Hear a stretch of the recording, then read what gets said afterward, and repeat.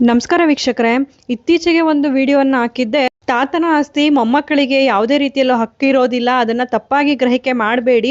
ತಾತನ ಆಸ್ತಿ ಮೊಮ್ಮಕ್ಕಳಿಗೆ ಬರುತ್ತೆ ಅನ್ನೋದು ಒಂದು ತಪ್ಪು ಕಲ್ಪನೆ. ಅದು ಯಾವ ಆಸ್ತಿ ಅನ್ನೋದನ್ನ ಸ್ಪಷ್ಟವಾಗಿ ತಿಳ್ಕೊಳ್ಳಿ ಅನ್ನೋದನ್ನ ನಾನು ಹೇಳಿದ್ದೆ ಆ ವಿಡಿಯೋದಲ್ಲಿ. ಅದಕ್ಕೆ ಸಂಬಂಧಪಟ್ಟಂತೆ ತುಂಬಾ ಕ್ಲಾರಿಫಿಕೇಶನ್ ಕೇಳ್ತಾ ಇದ್ರು. ಯಾವ ಆಸ್ತಿ ಬರೋದಿಲ್ಲ, ಸರಿಯಾಗಿ ತಿಳಿಸಿ, ಅದ್ರ ಬಗ್ಗೆ ಕನ್ಫ್ಯೂಷನ್ಸ್ ಇದೆ ಅಂತ ತುಂಬಾ ಜನ ಕೇಳ್ತಾ ಇದ್ರು. ಮೊದಲನೇದಾಗಿ ಪಿತ್ರಾರ್ಜಿತ ಆಸ್ತಿ ಮೊಮ್ಮಕ್ಕಳಿಗೆ ಬರುತ್ತೆ, ತಾತನ ಆಸ್ತಿ ಅನ್ನೋದು ಸತ್ಯ. ಆದ್ರೆ ಅದು ತಾತನ ಪಿತ್ರಾರ್ಜಿತ ಆಸ್ತಿ ಆಗಿದ್ರೆ, ತಾತನ ಸ್ವಯಾರ್ಜಿತ ಆಸ್ತಿ ಮೊಮ್ಮಕ್ಕಳಿಗೆ ಬರೋದಿಲ್ಲ. 3 ತಲೆಮಾರಿನ ಆಸ್ತಿಗಳನ್ನ ನಾವು ಪಿತ್ರಾರ್ಜಿತ ಆಸ್ತಿ ಅಂತ ಕರೆಯೋದು.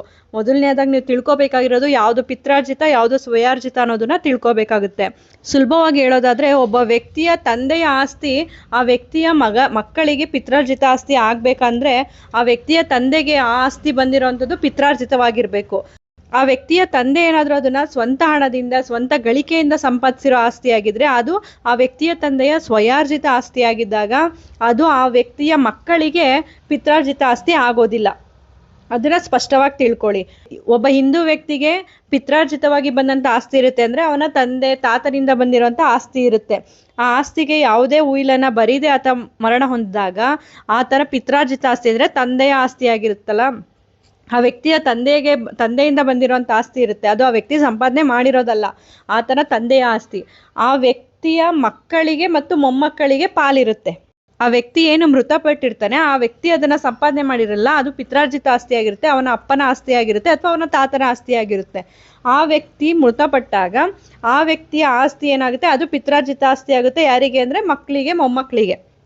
ಅದೇ ಒಬ್ಬ ಹಿಂದೂ ವ್ಯಕ್ತಿ ತಾನು ತನ್ನ ಜೀವಿತಾವಧಿಯಲ್ಲಿ ಆಸ್ತಿಯನ್ನ ಸಂಪಾದನೆ ಮಾಡಿದಾಗ ಅವನು ಆ ಒಂದು ಆಸ್ತಿಯನ್ನ ಯಾವುದೇ ವಿಲ್ ಅಥವಾ ಯಾವುದೇ ಒಂದು ವಹಿವಾಟನ್ನ ಮಾಡದೆ ಆ ಒಂದು ಆಸ್ತಿಯನ್ನ ಮರಣ ಹೊಂದಿದ್ದಾನೆ ಅಂದಾಗ ಆ ಆಸ್ತಿಯ ಹಕ್ಕು ಸಂಪೂರ್ಣವಾಗಿ ಕ್ಲಾಸ್ 1 ಲೀಗಲ್ ಏರ್ಸ್ ಏನಿರ್ತಾರೆ ಅವ್ರಿಗೆ ಹೋಗುತ್ತೆ. ಅಂದ್ರೆ ಆ ವ್ಯಕ್ತಿಯ ವಿಧವೆ, ಹೆಂಡತಿ, ಮಕ್ಕಳು ಅಂದ್ರೆ ಮಗ ಆಗಿರ್ಬೋದು, ಗಂಡು ಮಕ್ಕಳಾಗಿರ್ಬೋದು, ಹೆಣ್ಣು ಮಕ್ಕಳಾಗಿರ್ಬೋದು, ಯಾರೆಲ್ಲ ಇರ್ತಾರೆ ಅವ್ರಿಗೆ ಸಮಾನವಾಗಿ ಹಂಚಿಕೆ ಆಗುವಂಥದ್ದು, ಯಾವುದೇ ಒಂದು ಉಯಿಲು ಬರಿದೇ ಇದ್ದಾಗ.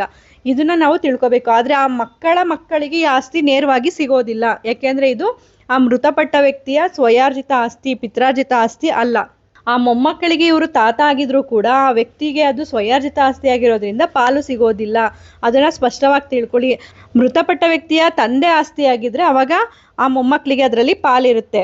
ಈ ಒಂದು ಆಸ್ತಿಯನ್ನ ಮಾರಾಟ ಮಾಡಬೇಕು ಅಥವಾ ಅದನ್ನ ಯಾರಿಗಾದ್ರೂ ವರ್ಗಾವಣೆ ಮಾಡಬೇಕು ಅಂದಾಗ ಆ ಮೃತಪಟ್ಟ ವ್ಯಕ್ತಿಯ ಮಕ್ಕಳಿಗೆ ಅದರಲ್ಲಿ ಸಂಪೂರ್ಣ ಹಕ್ಕಿರುತ್ತೆ. ಹೆಂಡತಿ ಮತ್ತು ಮಕ್ಕಳಿಗೆ ಸಮಾನ ಹಕ್ಕಿರುತ್ತೆ.